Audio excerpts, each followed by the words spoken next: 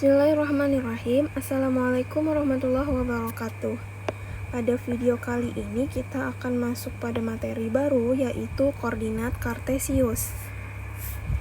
Apa itu koordinat kartesius? Koordinat kartesius adalah suatu sistem untuk menentukan posisi suatu titik atau benda atau unsur geometri dengan menggunakan 1, 2, atau lebih bilangan dan memiliki sumbu yang tetap. Untuk gambar dari koordinat kartesius atau bidang kartesius bisa kalian lihat pada gambar di samping. Nah, pada bidang kartesius ini memiliki beberapa istilah. Bisa kalian lihat pada gambar. Untuk yang bertanda warna merah itu namanya adalah sumbu X. Jadi sumbu X ini posisinya horizontal ya. Nih, posisinya horizontal yang berwarna merah.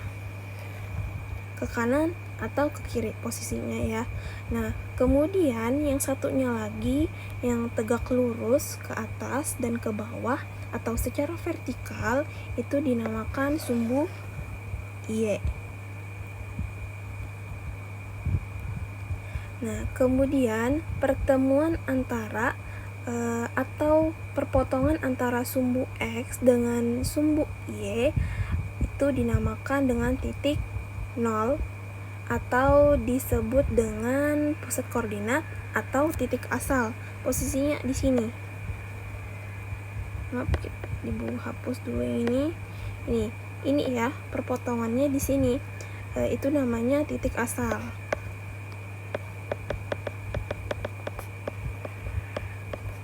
Titik asal atau pusat koordinat.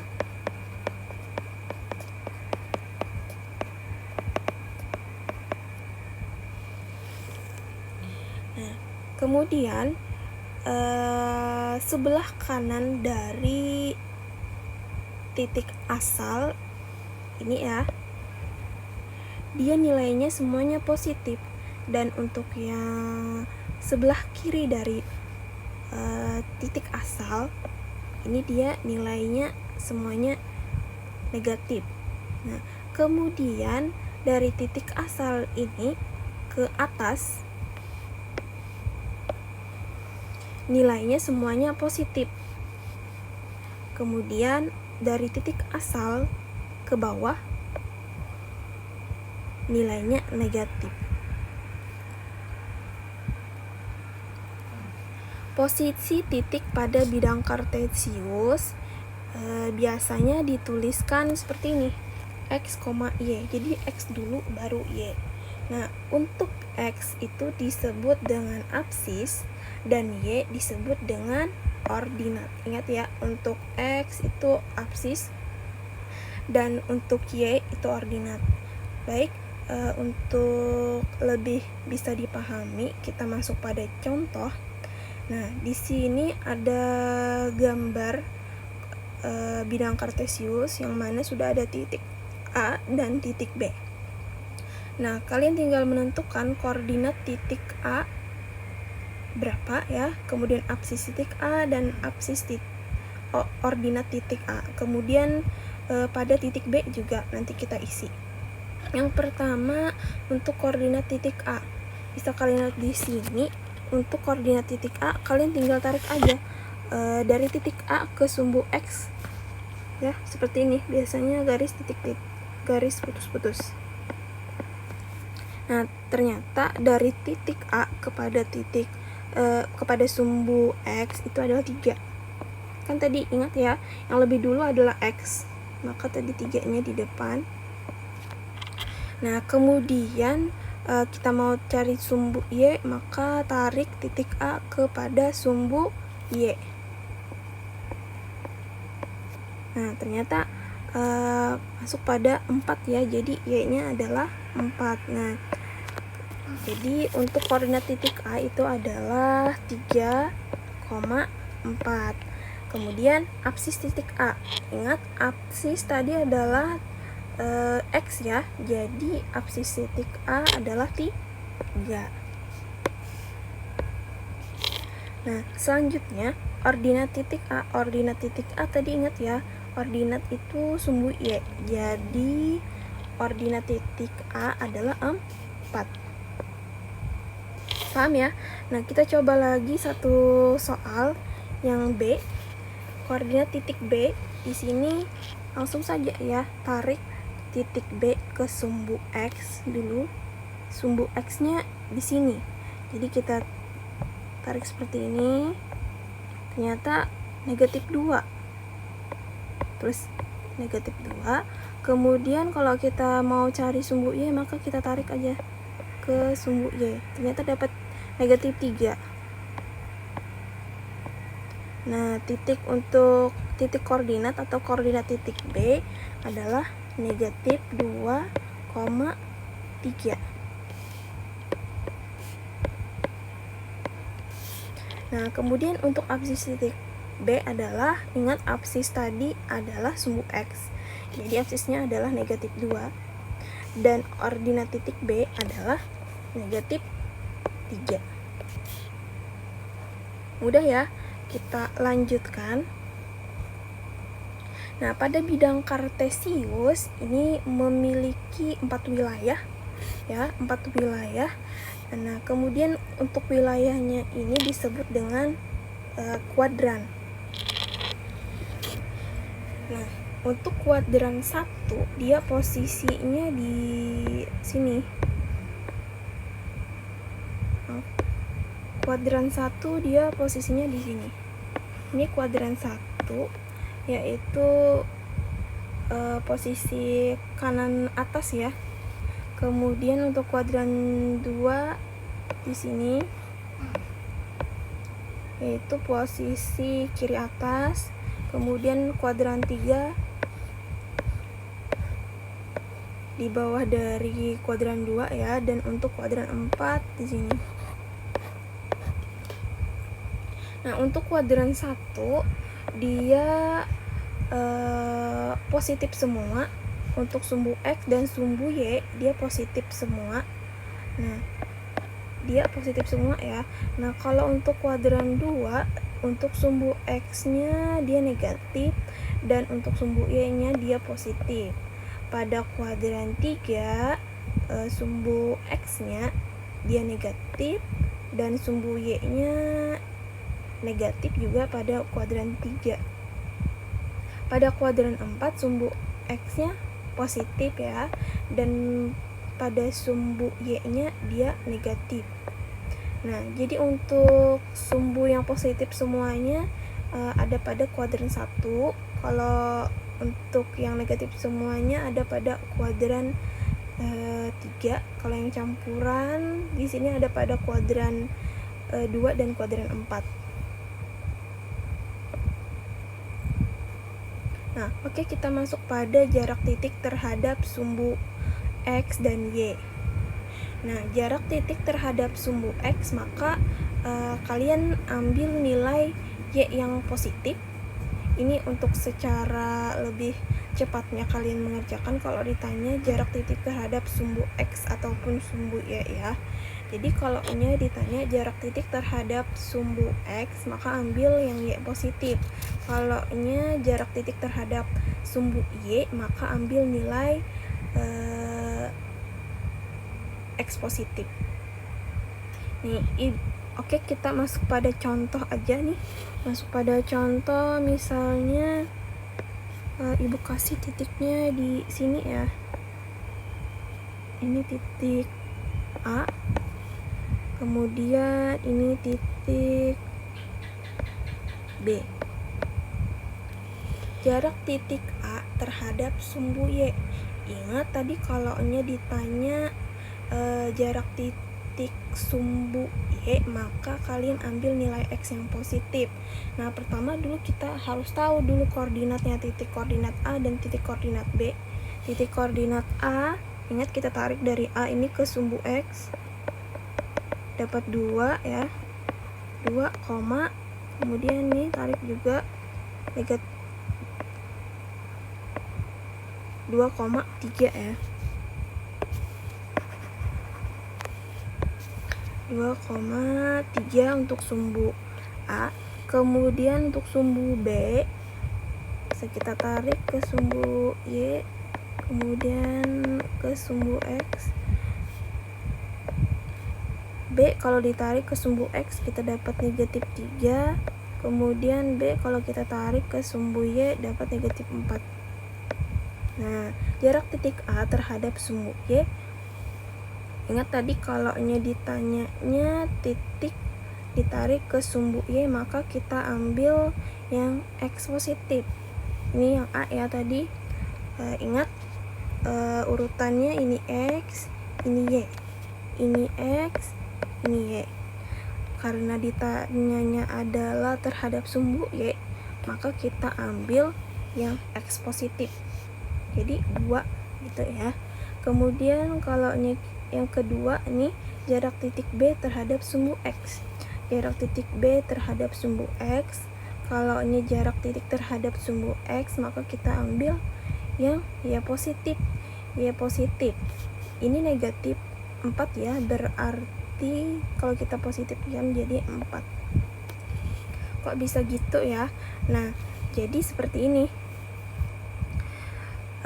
Kalian ditanyanya titik A terhadap sumbu Y ya.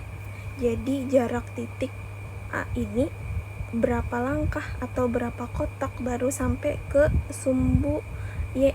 Kalau kalian hitung di sini titik A mau ke sumbu Y 1, 2. Betul ya? 2. Nah, kemudian yang kedua, jarak titik B terhadap sumbu X. Dari jarak titik B mau ke sumbu X. Jadi berapa kotak dari titik B ini mau ke sumbu X? Kita hitung aja 1, 2, 3, 4. Betul ya? 4 gitu ya.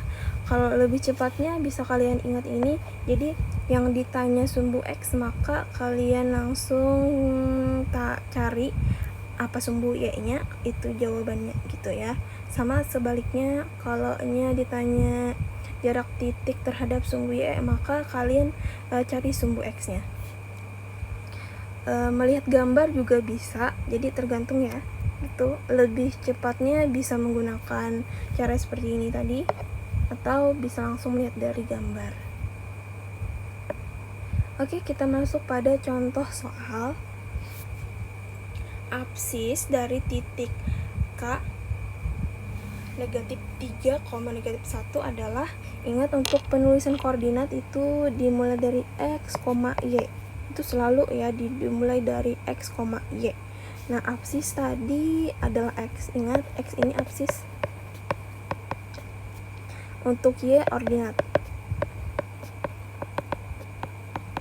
Jadi apsis dari titik K negatif 3, negatif 1 adalah X-nya atau apsisnya adalah negatif 3. Jadi jawabannya adalah apa? Mudah ya? Nah, kita lanjutkan. Perhatikan gambar berikut. Titik A dan E berturut-turut berkoordinat. Nah, di sini titik A-nya mana ya? Ini titik A-nya.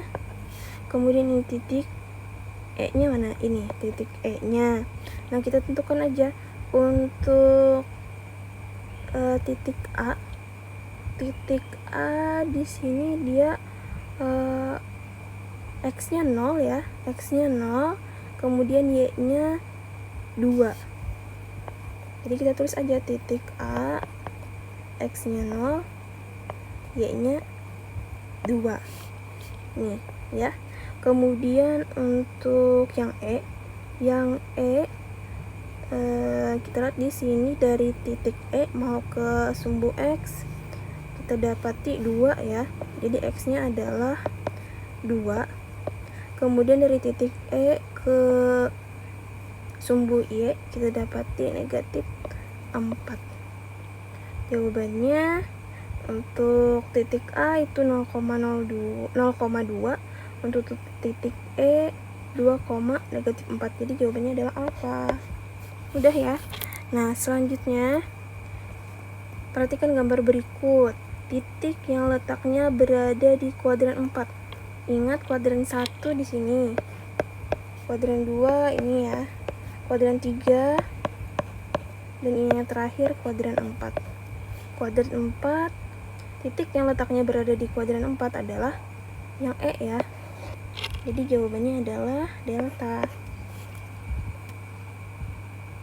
Oke, soal selanjutnya, titik yang berjarak 3 satuan di atas sumbu X dan berjarak 5 satuan di kanan sumbu Y. Coba kalian lihat titik yang berjarak 3 satuan di atas X. Di sini 3 yang berjarak 3 satuan di atas X, ada titik B, ada titik A, ada titik C. Tapi yang berjarak 3 satuan di atas sumbu X hanya titik C dan B ya. Kalau yang titik A ini cuma 2 jaraknya, jadi ngitungnya seperti ini, 1, 2, 3 gitu ya. Jadi untuk kotaknya ini mewakili 1 gitu. Nah, selanjutnya clue yang kedua, berjarak 5 satuan di kanan sumbu Y. Berarti yang arahnya ke kanan aja. Kalau yang ke kiri tidak ya. Ini ya kata kuncinya kanan sumbu Y.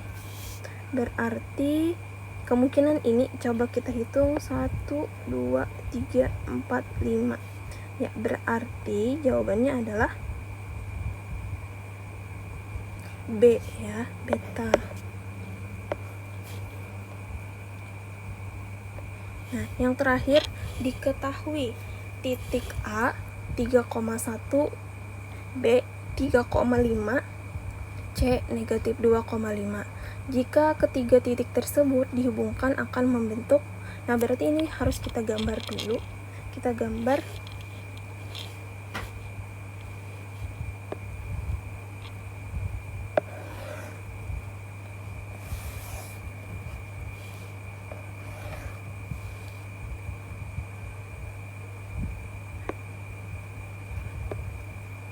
Nah, kita gambar ini sumbu X, ini sumbu Y. Yang pertama titik A 3,1. Oh ya, kita buat dulu titiknya. Ini kira-kira aja ya.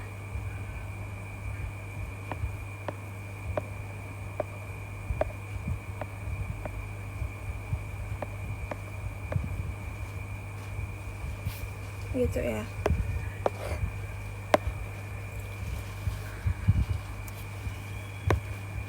Yang pertama A, X-nya adalah 3, X-nya 3, Y-nya 1. Jadi di sini. Ini sumbu A.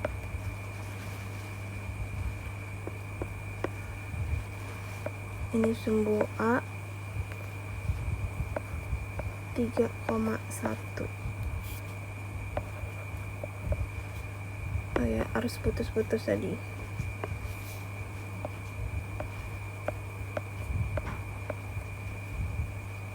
Kemudian titik B 3,5,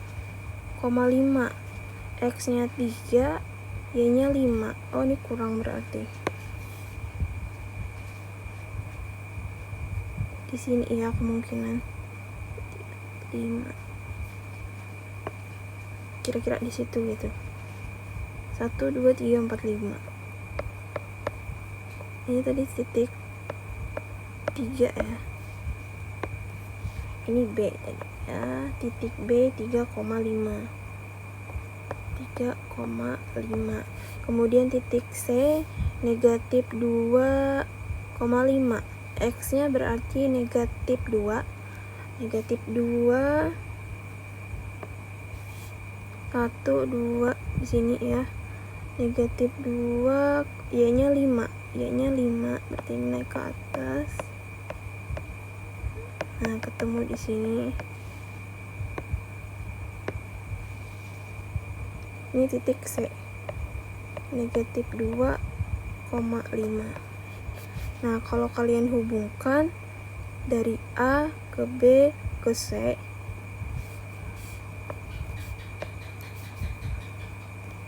A ke B A ke B, kemudian B ke C, kemudian C ini diteruskan ke A.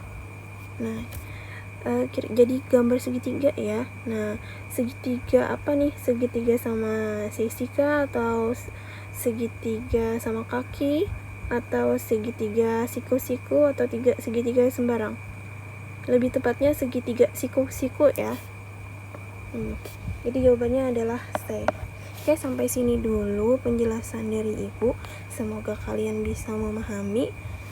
Ibu akhiri, assalamualaikum warahmatullahi wabarakatuh.